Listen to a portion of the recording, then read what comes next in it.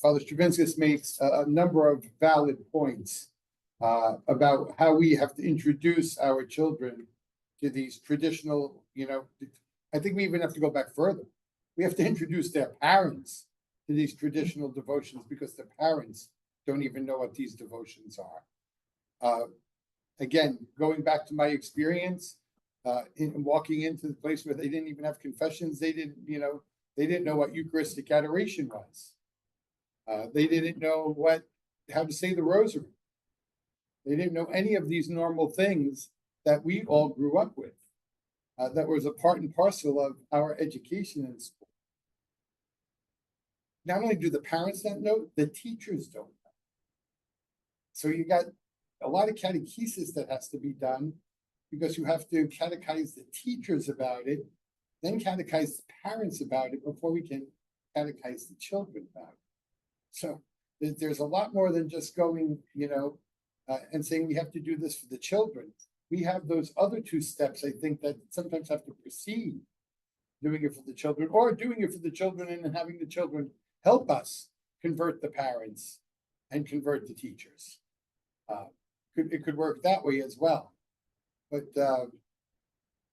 it just amazes me how much they don't know. And again, another valid point, it just rips my heart when kids come to confession and they say, I don't go to mass because nobody will take me. And, Father's right, he said, keep hounding your parents until they take you. But, parents don't see that it's anything like that. I'm going to give you a great example. So I was talking to a mother in the parish that I was very friendly with. And she said to me one day in conversation, and I was repeating this to my young associate at the time. He said, well, the boys didn't go to mass this week, and I didn't go either because they had too many projects due on Monday. And I said, yeah, and that's not a valid excuse. Well, when they were supposed to do it, I said, well, when you come home on Friday, do your projects. Do them on Saturday morning. When were they going to have time to be kids? I said, after their projects was done. I said, do you realize that that's a sin, missing mass on Sunday? And she said, no, you're just telling me that to make me feel bad. Now, this is a woman who went to Catholic grade school, my parish school, Catholic high school, Catholic college. I said, no, I'm not just telling you that to make you feel bad. I'm telling you that because it's the truth. Later that afternoon, one of the sisters that worked for me in the rectory overheard that conversation, said to me, God's on you, Monsignor, we still teach that it's a sin to miss mass on Sunday? I said, we never stopped teaching that, sister. Really? I said, well, I don't know what church you belong to, but when I belong to, never stopped teaching. This is what I mean. That's a whole lost generation because of things like that happen. So we have to do a lot of groundwork in order to get that Catholic ethos back. We have the respondents who wants to stand up. Father Gatti, you want to go up and take 5 minutes? 5 minutes. 5 minutes. Not a dissertation, just 5 minutes. I have some scripts here because I would like somebody to help my just. Can I ask you? Just two. It's like one time I told Cardinal Lorenzo, who was actually my choice to succeed John Paul, and Lorenzo asked me how long I preach on a Sunday normally. I said, well, if it's a place where I normally am, 3 to 5 minutes. And he said, oh, in Africa, people will say, Father Peter doesn't love us very much. Yeah, if you don't preach 10 minutes in Poland, they think that you're lazy. What I'm sharing here is just an example, of implementing Catholic identity. We have spoken so much about Catholic identity, and one thing is how practical is it in a school setup. And one of the things that Father Peter mentioned at the beginning of the document which we treated, the identity of Catholic school for the culture of dialogue, is the fact that the Catholic identity needs to be clear, it needs to be lived, and it needs to be visible. Now the question is, how do we really make it present or livable in the Catholic institution? So what we have here, I'm just sharing an example of what we have in St. Mary's Academy. We try to first of all understand and underscore the sacramental life of the institution, the celebration of the sacraments, Eucharist, reconciliation, and all the other sacraments in the school.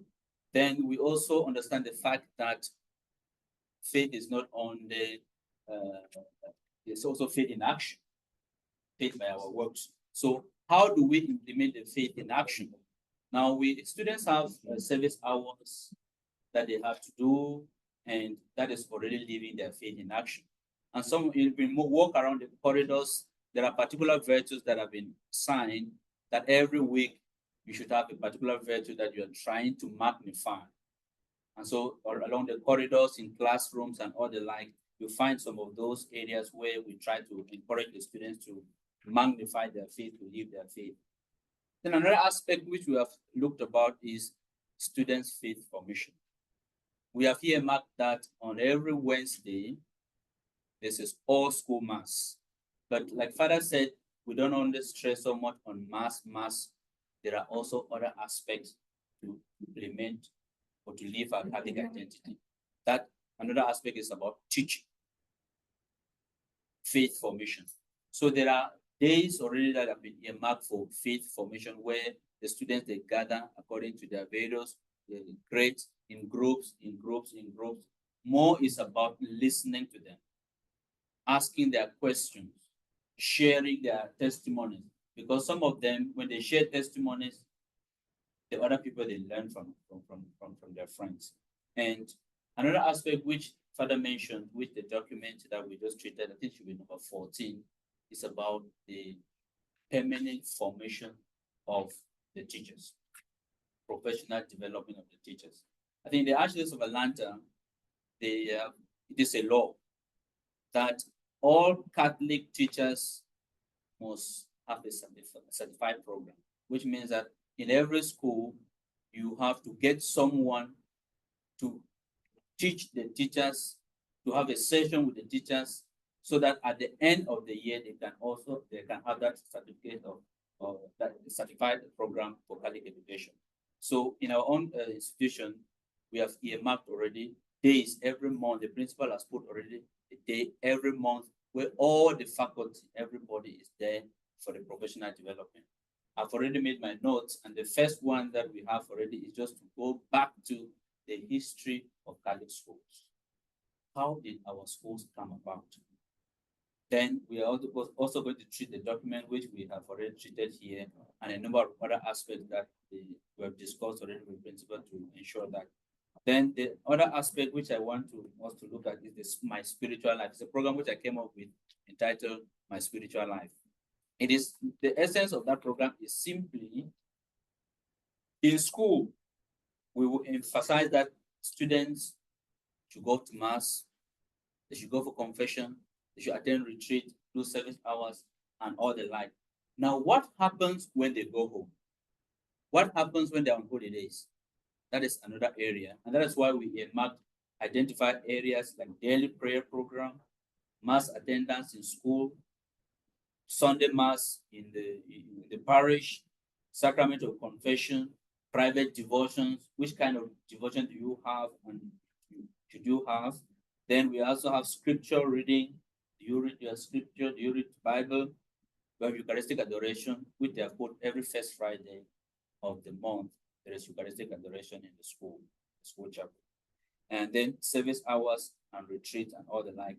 And so there in that particular program, it is the activity, what I will do, because we want to make it personal, not only about teaching, make it personal. What I will do, how often, where it can be done, and what is the objective of doing that. For instance, what is the objective of my daily prayer? What is the objective of going to mass? What is the objective of attending Sunday masses? What is the objective of of sacrament of reconciliation, and all that, giving reasons for them to really understand what it is. Then at the end of the month, you sign what is your spiritual goal for the month. What is your prayer intention? What verse do you like so much? Then you sign it. This is what I use for my spiritual direction. When you come for spiritual direction, we are trying also to introduce spiritual direction in our school. When you come for spiritual direction, I look at the form that you fill. You just talk to me about the prayer life, going to mass, devotion, adoration, and some of those things. I'm not talking to you much. You are the one telling me what you do and where your challenges are. And we also realize too that sometimes the parents do not know their role as far as our education system is concerned. We try to also emphasize that parents are agents, they're the first educators, and they're also agents of the education community. And we try to ensure that they attend masses with us. They also follow their children at school for their activities as well as at home. And then if you look at that program too, you see the role of the school and then the devotion to Mary and all that. So it is just a simple example that we have on how to make the Catholic identity livable in the Catholic setup. Thank you.